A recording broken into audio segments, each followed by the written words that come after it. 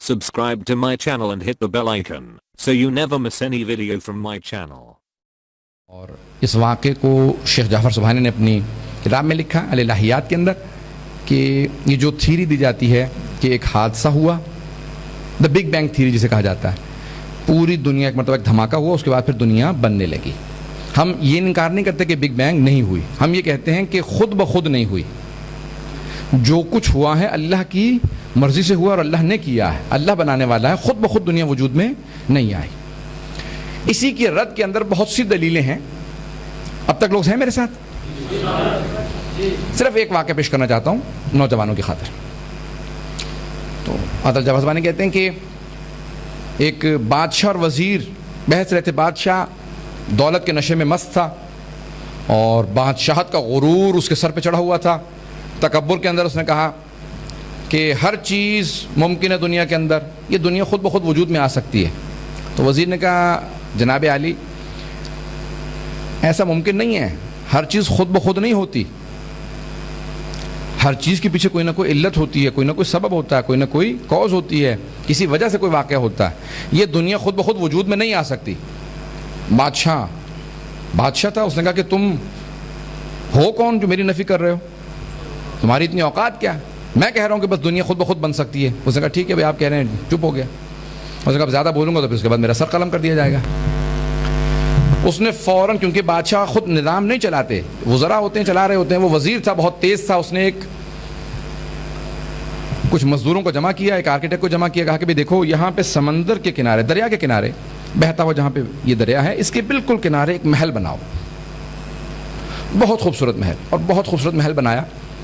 جب 1-1.5 سال میں 2 سال میں وہ محل تیار ہو گیا تو پھر اس نے بادشاہ کو کہا کہ بادشاہ سلامت اپنی سلطنت کا دورہ کیجئے.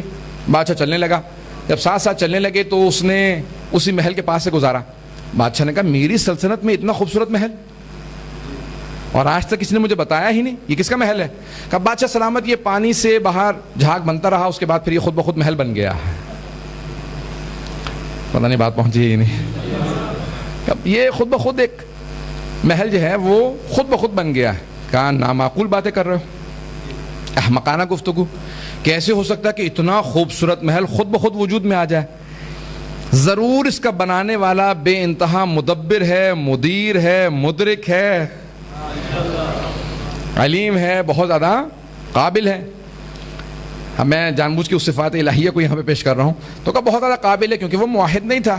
تو اس نے کہا کہ حضور اعلیٰ بنا یہی سمجھانا چاہ رہا تھا، یہ اتنا سا خوبصورت محل جو آپ کی سلطنت کے بھی اندر آ گیا ہے، بہت چھوٹا سا محل ہے، یہ خود بخود وجود میں نہیں آ سکتا. یہ اتنی خوبصورت کائنات خود بخود وجود میں کیسے آ سکتی ہے؟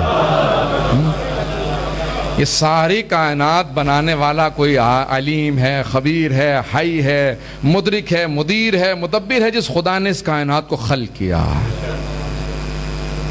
جانا گرامی یہ پوری کی پوری کائنات چل رہی ہے اور بنانے والا خالق ہے، اور اس کا انکار انسان کو جہالت کی طرف لے جاتا ہے.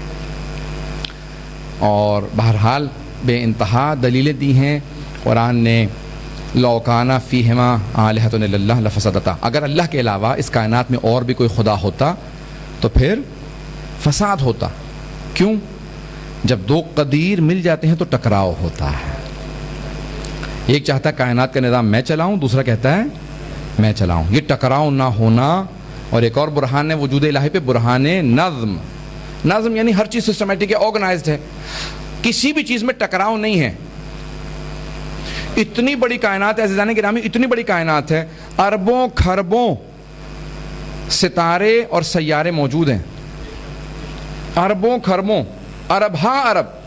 آج تک کسی کو ایگزیکٹ عدد معلوم نہیں ہے کہ ہمارا یہ ایک نظام شمسی ہے، یہ بہت چھوٹا سا نظام شمسی ہے، کتنے ہی اور نظام شمسی ہے جہاں پہ ایک سورج اور کتنے ستارے سیارے اس کے گرد گھوم رہے ہیں.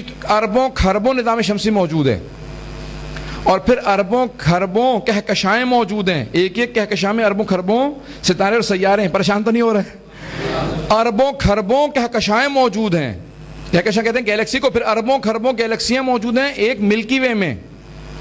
گیلیکسیز، اربوں کھربوں گیلیکسیز ہیں ملکی وے میں، اور اربوں کھربوں ملکی ویز موجود ہیں. آج تک دنیا کی حدود معلوم ہی نہیں ہو سکی ہیں. اسی لیے دنیا نے، سائنسدانوں نے کہہ دیا دنیا لامحدود ہے، انفینٹی ہے. خدا کا انکار کر کے دنیا کو لازوال مان لیا.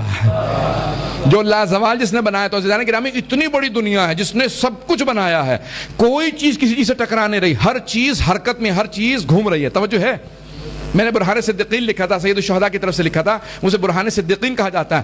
ہر چیز چل رہی ہے. تو ایک بہت بڑے عارف سے پوچھا گیا کہ یہ ہر چیز گھوم کیوں رہی ہے؟ یا سادہ اور آپ کی زبان میں پیش کروں, یہ ہر چیز طواف کیوں کر رہی ہے؟ خانہ کعبہ کا بھی طواف کیا جاتا ہے, حرم کا بھی طواف کیا جاتا ہے. کہ اسی طرح سے چاند زمین کا طواف کر رہا ہے, زمین سورج کا طواف کر رہی ہے, سورج بھی رکا نہیں ہوا ہے. یہ سارا نظام شمسی ہر چیز ایک طواف کے اندر ہے, سب کی سب چیزیں گھوم رہی ہیں. کہ تم نے دیکھا ہے کہ وہ جو شمع ہوتی ہے نا, وہ سارے پروانے اس کے عاشق ہوتے ہیں, اسی لیے اس کا طواف کرتے رہتے ہیں. کہ ہر چیز اللہ نے بنائی ہے, اس کے عشق کے اندر ہر چیز طواف میں ہے. یہ توحید ہے کہ ہر چیز حرکت کے اندر ہے. انسان کا کوئی بھی کہیں پہ بھی چلے جائیں گے, ہر چیز حرکت میں, اور ٹکرا نہیں رہی. نہ سورج چاند سے, نہ چاند سورج, ہر چیز چل رہی ہے اور کوئی ٹکرا نہیں رہا. اس کا مطلب ہے بنانے والا ناظم ہے, مدرک ہے, وہ قدیر ہے, وہ علیم ہے, وہ خبیر ہے. کوئی بھی چیز یہ ٹکراؤ نہ ہونا اس بات کی علامت ہے کہ وہ بہت علیم و خبیر ہے.